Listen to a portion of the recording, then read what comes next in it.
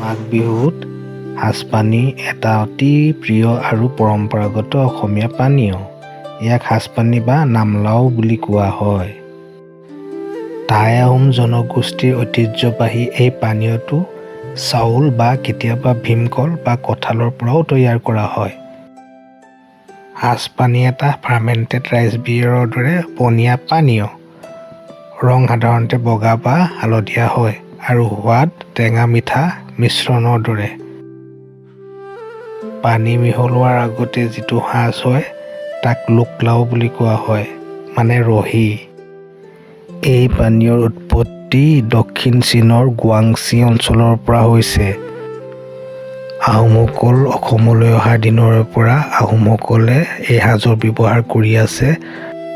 টাই আহোম ভাষাত নাম মানে হ'ল পানী আৰু লাও মানে হ'ল পৰম্পৰাগত পানীয়। বৰ্তমান আপোনালোকে দৃশ্যবিলাক চাই আছে উত্তৰ লখিমপুৰৰ এবাহঁতৰ ঘৰত আছোঁ। মৰম মৰম মৰম বুলি কয় একেখন কাঁহীতে ৰেকৰ্ডিং। তাৰ মৰম চা দেখুৱাই দে যদি একেখন কাঁহীতে ভাত খাই দেই। দুজনী নগা ছোৱালী।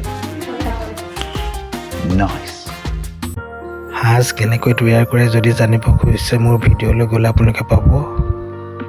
ডেছক্ৰিপশ্যন বা কমেণ্ট বক্সত আপোনালোকক লিংকটো দি দিম বাৰু। আৰু আগন্তুক ভিডিঅ'ত আপোনালোকক সাজৰ উপকাৰিতাৰ বিষয়ে জনাবলৈ চেষ্টা কৰিম। তেতিয়ালৈ অপেক্ষা কৰিব।